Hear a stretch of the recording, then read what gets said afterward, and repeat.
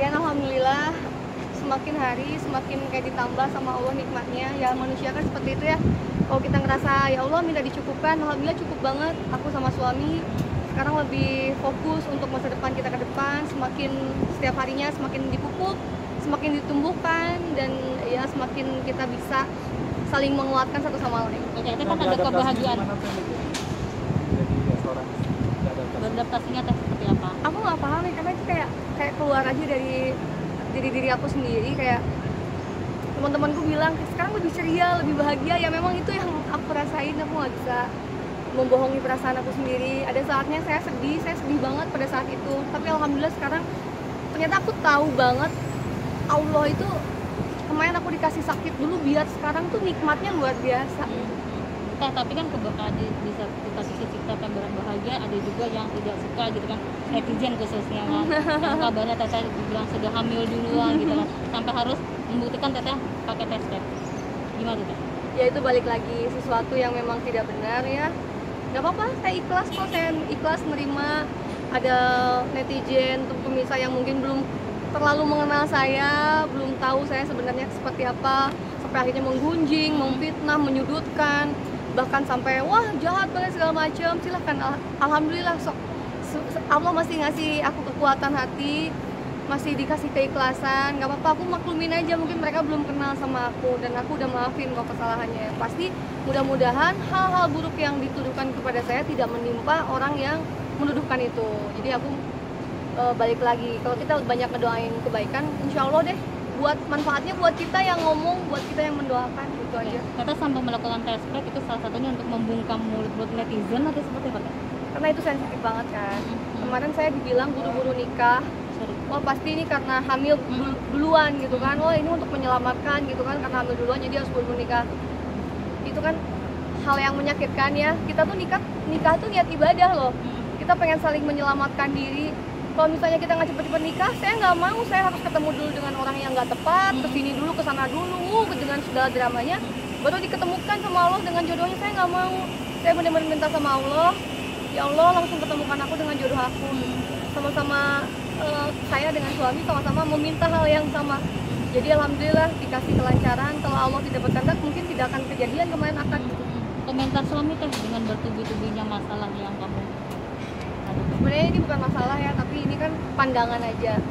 Ya wajar, karena mungkin orang tidak balik lagi. Kalau kata suami aku, mereka nggak kenal kamu, mereka nggak tahu yang sebenarnya. Makanya kita berdua harus memaklumin aja. Nah sekarang saatnya klarifikasi adalah ya memberi ilmu baru untuk orang-orang yang memang belum kenal kami, belum kenal saya. Jangan sampai apa yang diucapkan jadi fitnah. Itu dosa yang nggak kerasa loh. Ya, kalau misalnya saya tidak memaafkan, itu bisa jadi dosa sepanjang masa loh. Ya, fitnah-fitnah lah kayak gitu. Jadi daripada saya kasihan nih netizen yang udah fitnah, dosanya kan berkepanjangan tuh.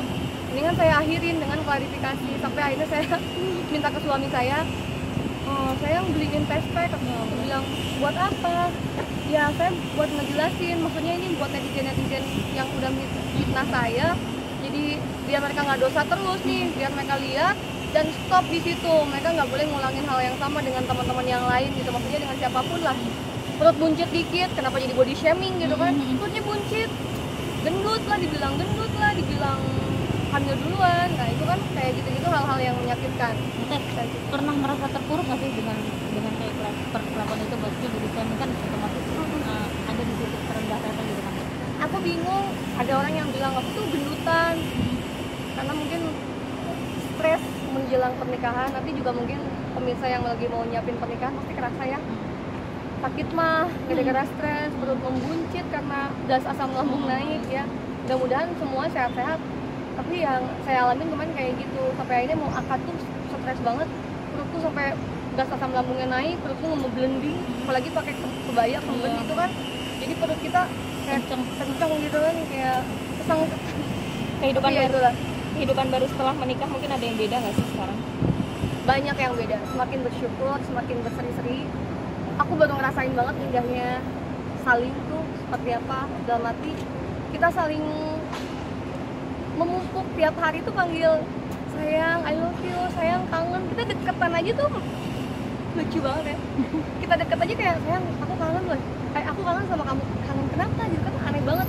Kita kan bareng-bareng terus, iya dan itu pun yang dilakukan suami aku terhadap aku. Jadi kita berdua sama-sama bangun itu. Tipikal suami yang menuntut nggak sih Teh? Pagi-pagi harus menyediakan sarapan kah atau apa gitu kan? Sang suami.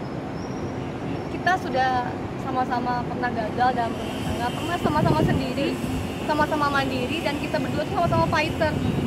Jadi kalau sama fighter kayak udah biasa banget nyiapin segalanya, kebutuhan pribadi itu buat sendiri itu biasa banget gitu. Jadi pas kita berumah tangga pun gak banyak adaptasi, kita berdua saling, misalnya pagi-pagi aku sayang mau sarapan apa, jadi aku kayak kalau aku nggak sempat masak aku langsung pesan makanan kayak gitu-gitu, yang pasti makanannya memang suamiku suka kayak gitu. Walaupun misalnya malam-malam